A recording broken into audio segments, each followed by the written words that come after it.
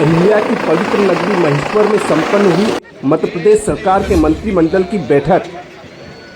आज शुक्रवार को मां अहिल्या की नगरी महेश्वर में मध्य प्रदेश के मुख्यमंत्री डॉक्टर मोहन यादव के मंत्रिमंडल की खास बैठक हुई, जिसके लिए प्रशासन काफी समय से व्यवस्थाओं में लगा हुआ था। कैबिनेट में प्रदेश में शराबबंदी के अलावा क्या क्या हुए निर्णय, आपको सुनवाते हैं मुख्यमंत्री की जुबानी।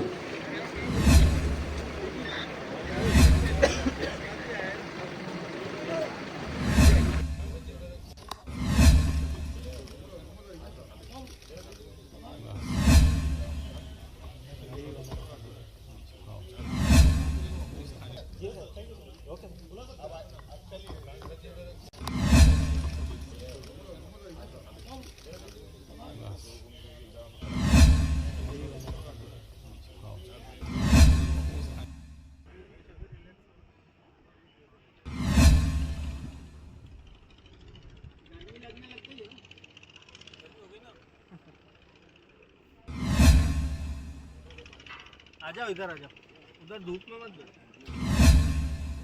हाँ आ गए ना। मेरे आगे खड़ा है, मेरा आगे वाले को बोलो भाई थोड़ा पीछे लो। भाई साहब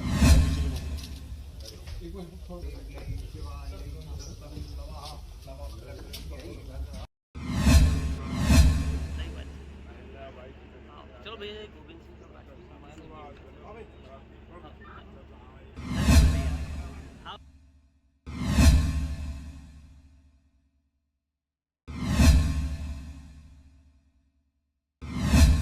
आशीर्वाद के बाद मीटिंग में गए और खास करके दोनों पक्ष के हमारे होलकर वंश के यहाँ के रिचर्ड साहब जो वर्तमान में राजगद्दी के उत्तराधिकारी हैं और माँ अहिल्या के मायका पक्ष से हमारे राम सिंधे जी जो चेयरमैन महाराष्ट्र लेजिस्लेटिव काउंसिल के भी माननीय अध्यक्ष हैं, वो हमारे बीच मौजूद हैं और मौजूद थे, जिनके आधार पर हमने अहिल्या माता के दोनों वंशों से जुड़ करके इस भावना को प्रकटीकरण किया है।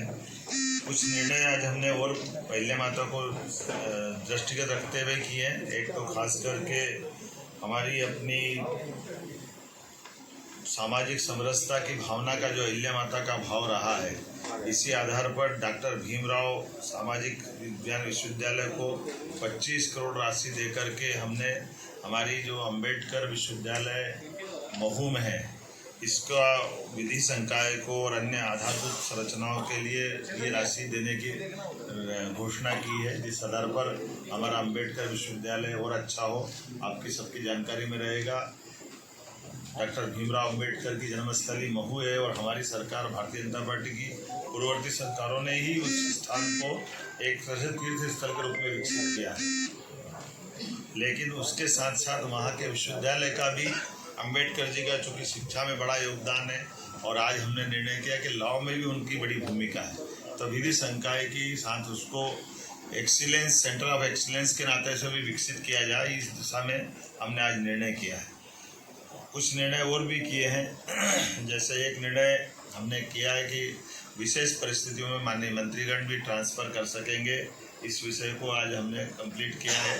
हमारे खास करके विधिवत तो ट्रांसफ़र पॉलिसी बाद में आएगी, लेकिन इसमें विस्तारित रूप से करने के पहले हमारे माननीय मंत्रीगण अपने विभागों के अंदर सुव्यवस्था स्थापित करने के लिए इस पर काम कर सके।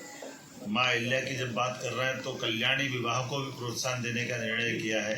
हमारी विधवा बहनें या परित्यक्ता बहनें अपना पुनर्जीवन एक विवाहित रूप में आगे निकाले, इसलिए मुख्यमंत्री कन्यादान योजना तो चलेगी, लेकिन खासकर हमारी सरकार इस दिशा में कल्याणी बहनों के जीवन को बेहतर बनाने की दिशा में पूरे प्रदेश में इस अभियान चला करके इसमें प्रति विवाह 2 लाख की धनराशि जो हमारी इस योजना का हिस्सा रहेगी, इस पर हम काफ़ी काम करने वाले हैं। खासकर बीच में ऐसे निर्णय तो बहुत सारे हैं, जैसे हमने आज अपने 3 नए जिलों में हमने चिकित्सालय की बात की है, तो PM एयर टैक्सी के माध्यम से कल जो आर्गन डोनेशन का बड़ा प्रयोग हुआ है, भोपाल में, जहां हमने ग्रीन कॉरिडोर बनाकर जबलपुर से टैक्सियों का उपयोग करते हुए दोनों तरह से ब्रेन और हार्ट ट्रांसप्लांट करने में सफलता पाई है। ये बड़ा निर्णय है। मैं मान के चलता हूँ कि हमारा चिकित्सा विभाग और ये जो शासन की योजनाओं के समेकित रूप से इसी प्रकार के प्रयास चलना चाहिए। आज एक और निर्णय हमारा किसानों से संबंधित हुआ है। हमारी लोकमाता के जमाने में भी उनने किसानों को कुएं से पानी लेकर के खेती को प्रोत्साहन देने के निर्णय किए थे और बगीचे लगाने के लिए प्रेरित किया।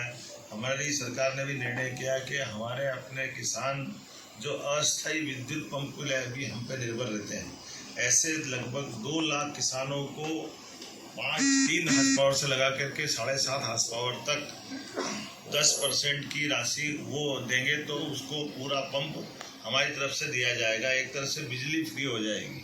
ये बहुत बड़ा निर्णय है जिसके आधार पर किसानों को अपने लिए खुद के सोलर पंप के माध्यम से उनको बिजली की उपलब्धता उनके आत्मनिर्भर बनाएगी। जो किसान या अन्नदाता ऊर्जादाता बने, इस भाव के आधार पर आगे जा कर के हम अपने 30 लाख बाकी स्थायी कनेक्शन वाले उनको भी पॉलिसी बना के आगे की समय डिक्लेयर करेंगे। लेकिन अभी अस्थायी धारकों को ये बड़ी मदद देने का आज निर्णय किया है। मैं उम्मीद करता हूँ इसी के साथ साथ जो एक बड़ा निर्णय हुआ है मंत्रिपरिषद के माननीय मंत्रीगणों के बीच में कि हमारे बीच में ये जो कल डॉक्टर भीमराव अंबेडकर सेतु के जो सौगात भोपाल में दी है, इसके बाद 180 करोड़ की लागत से एक नया सेतु और भोपाल के लिए मंजूर किया गया है, जिसके आधार पर भोपाल की जो खासकर अपने आवागमन के लिए यातायात की दृष्टि से वो बावड़िया कला, ये हमारी श्रीमती कृष्णा गौड़ जी की विधानसभा के पास का हिस्सा है, लेकिन यातायात की दृष्टि से इसका बड़ा एक लाभ मिलेगा। तो कुल मिलाकर के जब ग्लोबल इन्वेस्टर समिट हम कर रहे हैं भोपाल में, तो भोपाल की होने वाली ग्लोबल इन्वेस्टर समिट का भी प्रेजेंटेशन पावर प्रेजेंटेशन के माध्यम से पूरा माननीय मंत्रीगणों के सामने CS और PS ने रखा है। जब हमारे प्रधानमंत्री 24 तारीख को पधार रहे हैं, तो 24 और 25 के होने वाली ग्लोबल इन्वेस्टर समिट में वो कैसे सफल हो, सब विभागों का तालमेल कैसे हो, हमारा राज्य लाभान्वित कैसे हो, ऐसे अलग अलग प्रकार की और 25 से ज़्यादा नीतियों को भी ला करके हमने आज कैबिनेट में 2 नीतियों से शुरुआत की। हर विभाग की सुगमता के साथ व्यापार व्यवसाय में बढ़ावा देने वाली और कुल मिलाकर के राज्य के अनुकूलता से बाकी लोग लाभान्वित कैसे हो और राज्य भी लाभ कैसे उठाए, इस दिशा में हमने बड़ा निर्णय किया है। आज ये गेमिंग से लेकर के एक और खास करके और आखिरी एक बड़ी जिसकी आपको सबको इंतजार है, हमने तय किया कि धीरे धीरे करके राज्य से आगे जाकर के शराबबंदी की तरफ राज्य बढ़े। उस सिलसिले में हमने नीतिगत निर्णय लिया कि पहले चरण में जो 17 हमारे अलग अलग प्रकार के नगर हैं, उन नगर से नगर पालिका, नगर परिषद, नगर पंचायत, इनके अंदर शराब की दुकानें बंद कराएंगे और इन दुकानों को दूसरी जगह शिफ्ट भी नहीं करेंगे। ये हमेशा के लिए बंद कराने का इसमें निर्णय किया है। इसमें 17 धार्मिक नगरों में से 1 नगर निगम है, 6 नगर पालिका है,